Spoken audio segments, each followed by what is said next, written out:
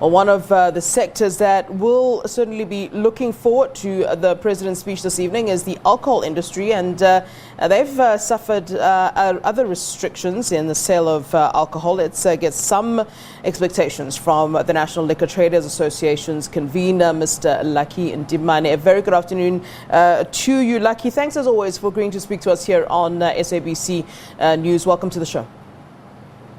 Thank you, Flo. Always a pleasure talking to you, and good afternoon to viewers at home. All right. Well, let me start with a simple question then. I mean, what are your expectations then this evening when it comes to the President addressing the nation? No doubt you are waiting in anticipation to hear what will be said, but no doubt you, I'm sure, have some sort of expectations about what the President might then say. What are those expectations? So our expectation on the President's address tonight is that the sector, the alcohol sector, the industry as a whole will be fully open, and that the restrictions will be relaxed so that we can go back into supporting our families, we can go back into doing what we do to support the livelihoods of those that are dependent on the industry.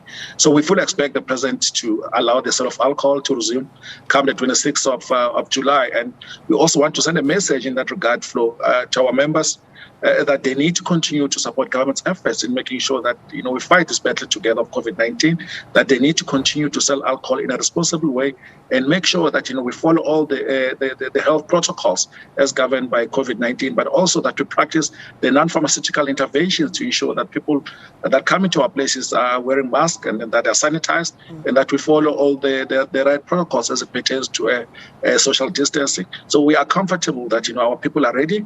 We are ready to start trading tomorrow, and the President must give us that opportunity today when he makes that announcement to allow us to trade tomorrow. Yeah, the last time that we spoke, you were quite angry. I remember it was just before the President was set to speak, and it seems as though you had indeed anticipated that there might be some restrictions on the alcohol industry. So you might have more information than I do from where I'm sitting at this time. So I take it that what you're saying is clear confirmation that there is indeed an opening, but I'll leave it at that. I don't want you to say something that you don't want to say. My question really to you, Mr. Ntimane, is more around how the alcohol industry will certainly then be assisting government. You say that the sector should be assisting government in terms of making sure that we all sort of fight this pandemic together. But let's be honest, the alcohol industry has also been that industry that has made things a little bit more difficult, and maybe that's why you've been put in the position that you've been put. Because, you know, you go to restaurants, for example, you look, I'll be talking to the restaurant industry now,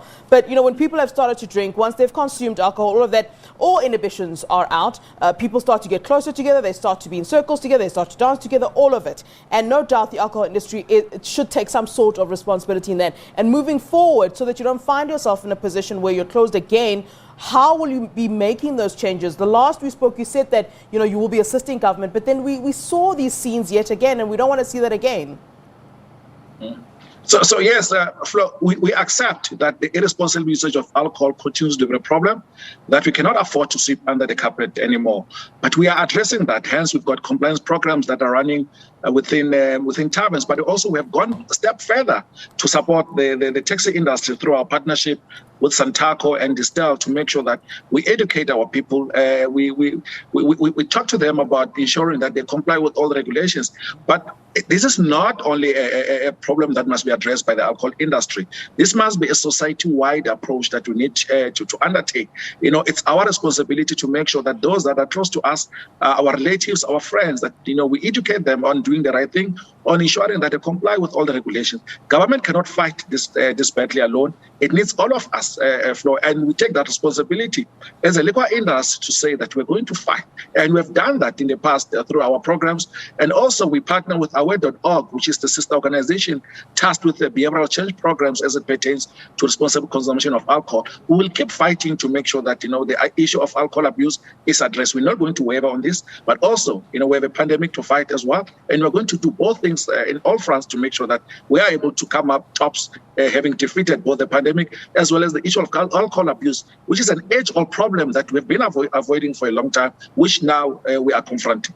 Yeah, and should the President in fact not address the alcohol restrictions issue and things actually remain as they are now, would you fight it? I wonder if I'm asking a moot question at this time, because you're in a good mood today, so I'm assuming that things are going to go your way, but let's say they don't go your way. What will happen?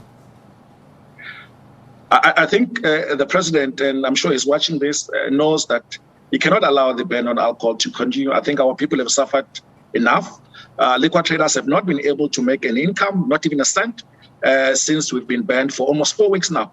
Cumulatively, as the industry, we've suffered almost 24 weeks of non-trading.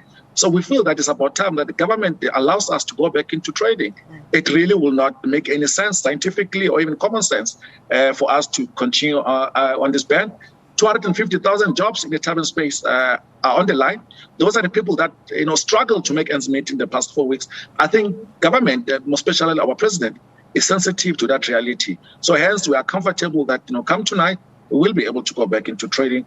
If things don't go our way, we shudder to think what will happen because our members have really struggled. It's something that we don't even want to think about. It's a fair question that you ask, but we do not want to even think about what will happen if the ban is extended. All right, Mr. Ntimane, always a pleasure. Thanks very much for giving us your time.